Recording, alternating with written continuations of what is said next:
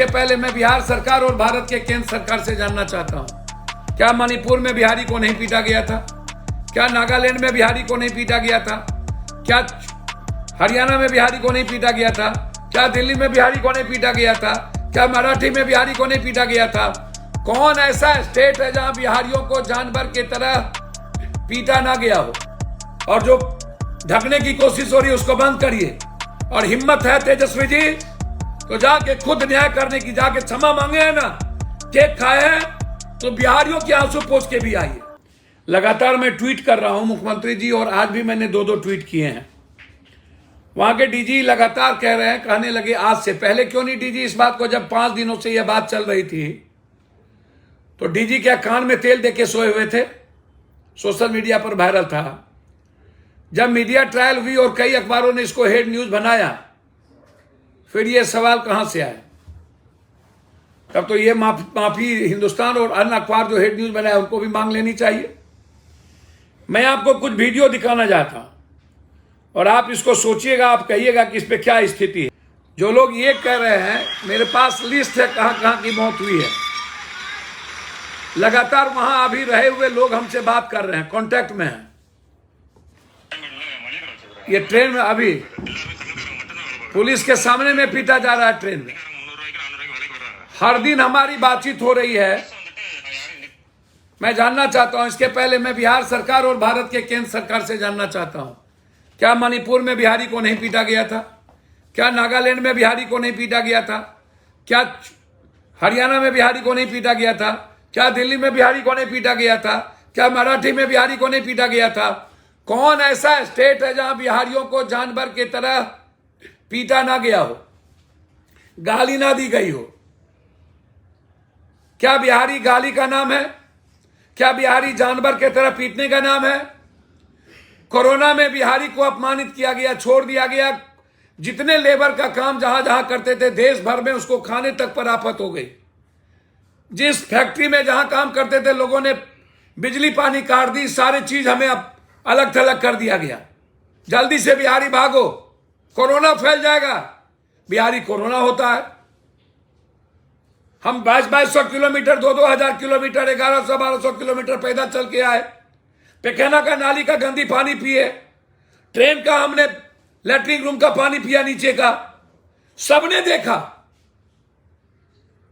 और फिर जब कोरोना खत्म हो गई, जब पूरा देश कंगाल हो रहा था, तो प्लेन का भाड़ा 5 महीने का तनख्वाह दे दे करके आप ला रहे हैं, फिर ले जा रहे हैं बस भेज भेज करके।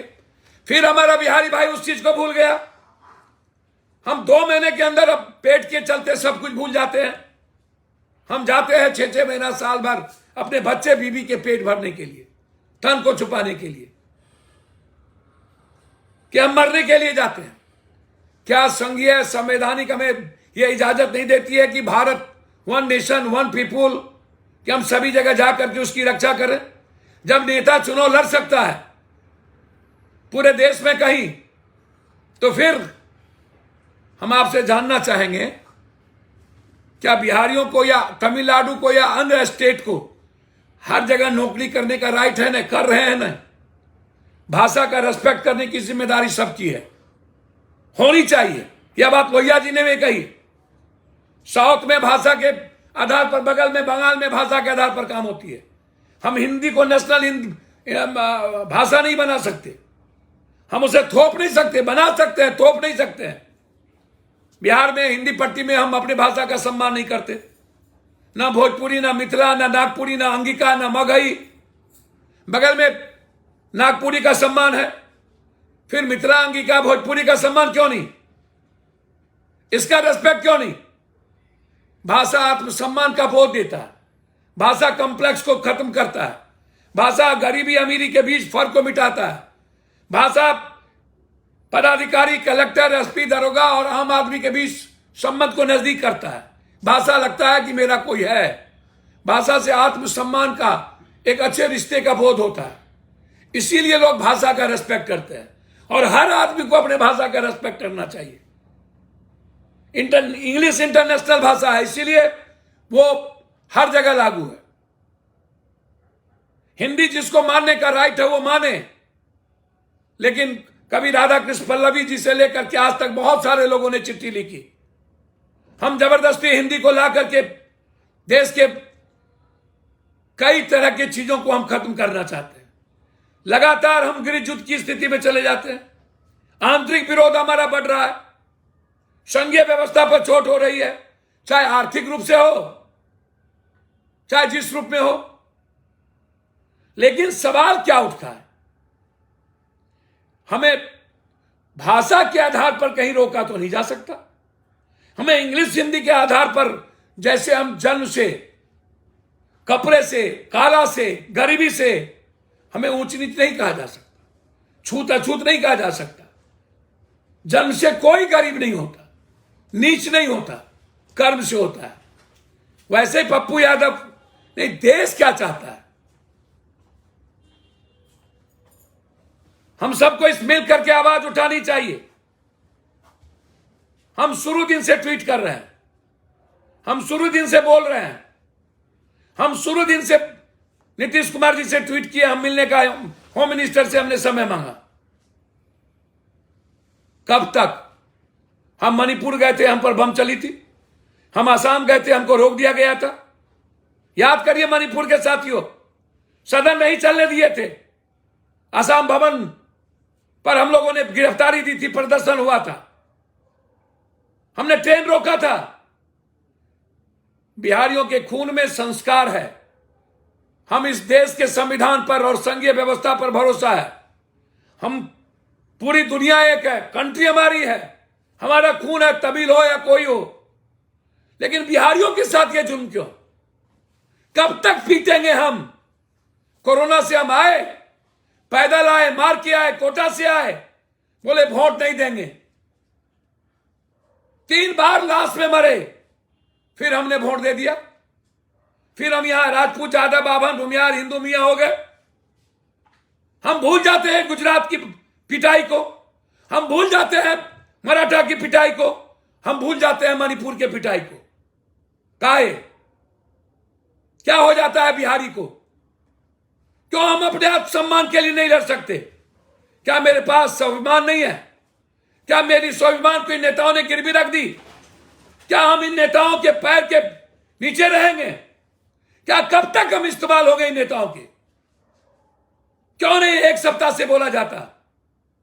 आज क्यों प्रेस कॉन्फ्रेंस हो रही है डीजी की? क्यों ढकने की कोशिश की जा रही है? पूरे बिहार से हमको फोन आ रहे हैं, क्या वो गलत है? 6 महीना पहले का फोन है।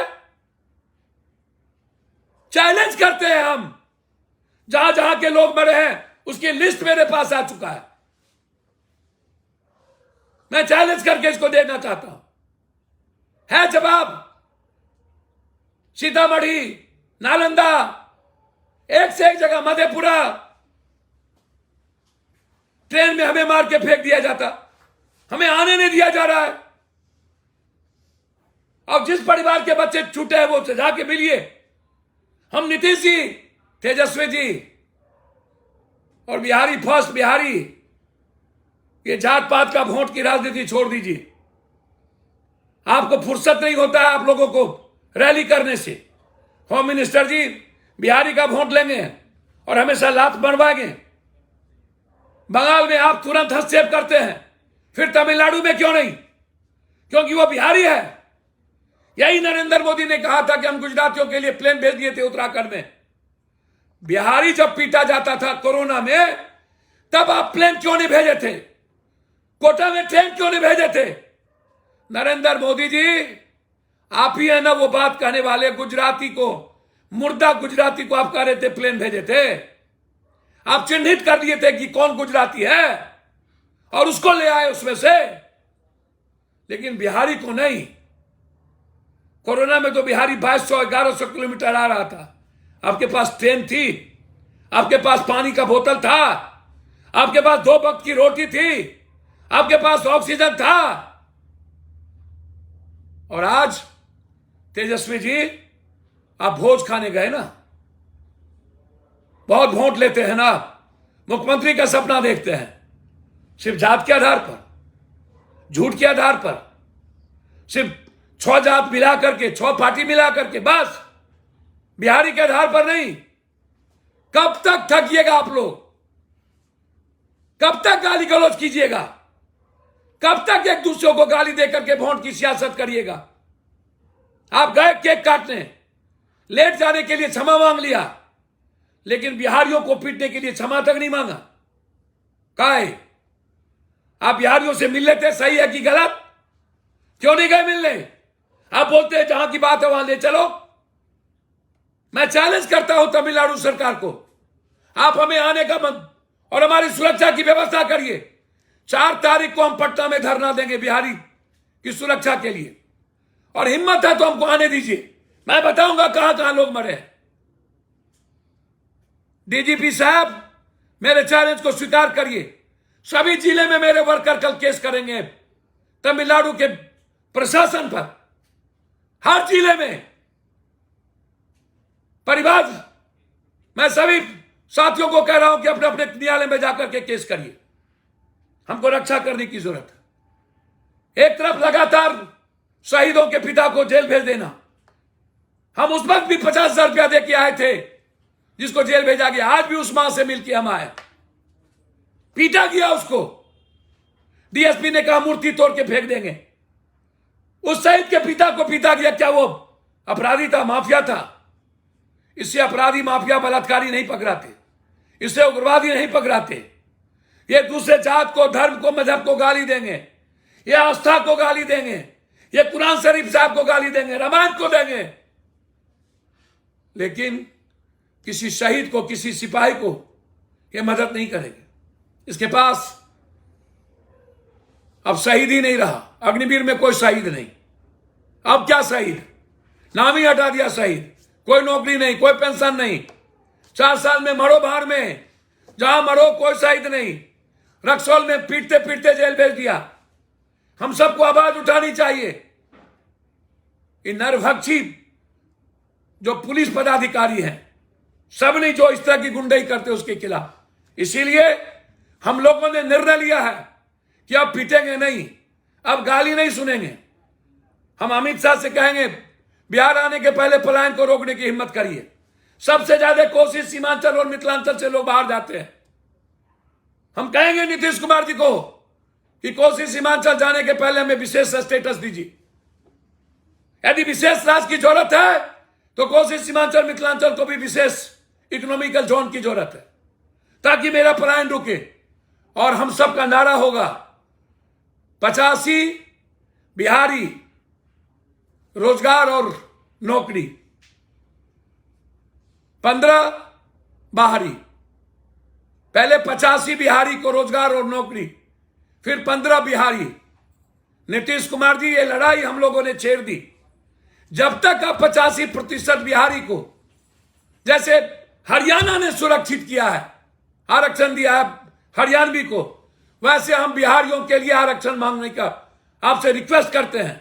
जब जाति जनगणना आप कर रहे हैं, आरक्षण जब एजुकेशन के आधार पर है, सामाजिक आधार पर, तो फिर बिहारी के आधार पर, बिना किसी जात धर्म के, हम 85 बिहारी की नौकरी और रोजगार की वकालत करते हैं। हम किसी भी कीमत पर यह लड़ाई लड़ेंगे। जब तक आप 85 बिहारी को रोजगार और नौकरी के लिए आगे नहीं आएंगे, कोई कानून नहीं बनाएंगे। आप 15 को बाहरी दीजिए ना। तमिलनाडु को भी अधिकार है अपने गरीब आदमी को पहले नौकरी देने की, लेकिन मारने और काटने का अधिकार नहीं है। हमें जीने का अधिकार है। वहां के लोग मजदूरी नहीं करते। हम आपके यहां नौकरी मांगने नहीं गए, आप हमको रोजगार नहीं देते हैं, हमसे आप मजदूरी करवाते हैं, हमसे आप इकोनॉमी बढ़ाते हैं, और फिर हम ही को मारते हैं, फिर हम ही को काटते हैं। बिहारी के बगैर पूरा देश ठप पड़ जाएगा। इसीलिए आप स्वाभिमान को नहीं बेचेंगे। और ये लड़ाई, चैलेंज है मेरी डीजीपी को, हमें बुलाइए। 4 तारीख से लड़ाई शुरू, और लगातार ट्वीट करिए 85 बिहारी को नौकरी, रोजगार, 15 में बाहरी।